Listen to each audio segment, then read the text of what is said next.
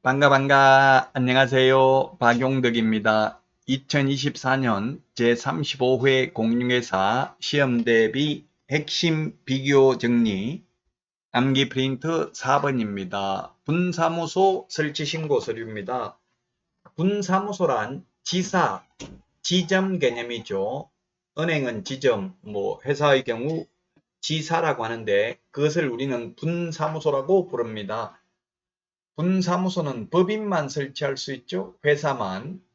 분사무소는 주된 사무소가 속한 시군구를 제외한 시군구별로 설치하되 시군구별로 일개소를 초과할 수 없습니다. 자, 분사무소 설치 신고할 때 제출해야 되는 서류입니다. 분사무소 책임자 실무교육 수료증 4번입니다. 실무교육은 모두 4번이죠.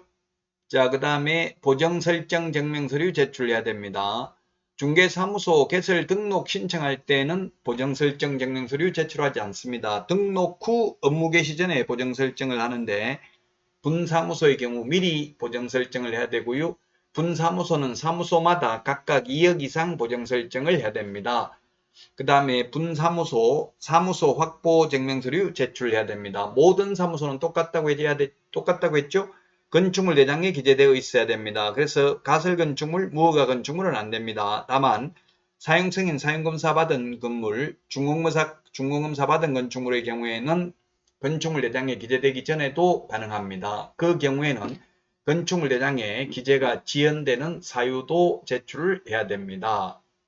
중개사무소 면적 제한은 없습니다. 반드시 소유권을 확보해야 되는 것은 아니고 사용권만 확보하면 됩니다.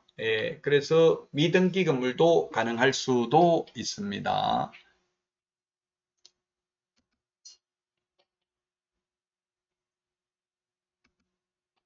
분사무소 설치 신고 서류 중에서 책임자 자격증 사본은 미제출입니다.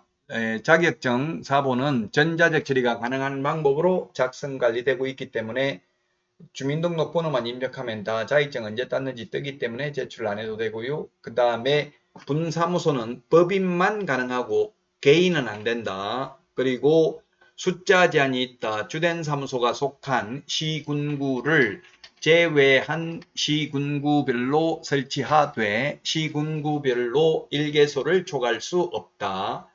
자, 그 다음에 분사무소 설치 신고, 이전 신고, 분사무소 휴업 신고, 폐업 신고, 분사무소 인장 등록, 업무 정지 모두 주된 사무소 등록 관청이 해당 관청이다. 다만 분사무소에 대한 지도 감독은 둘 다 가능하다라고 되어 있는데요. 여기서 둘 다란 주된 사무소 등록 관청도 가능하고 분사무소 소재지 시장, 군수, 구청장도 가능하다는 뜻입니다. 중개보수의 경우 분사무소에서 중개행위를 했다면 주택에 대한 중개보수는 분사무소 관할 시도조례입니다. 중개행위를 한 장소가 중요하죠. 만약 주된 사무소에서 중개행위를 했다면 주된 사무소 관할 시도조례가 될 것입니다. 주택 외의 경우는 국토교통부령이 정하는 보수를 받죠. 자, 그러면 다음 내용 보도록 하겠습니다.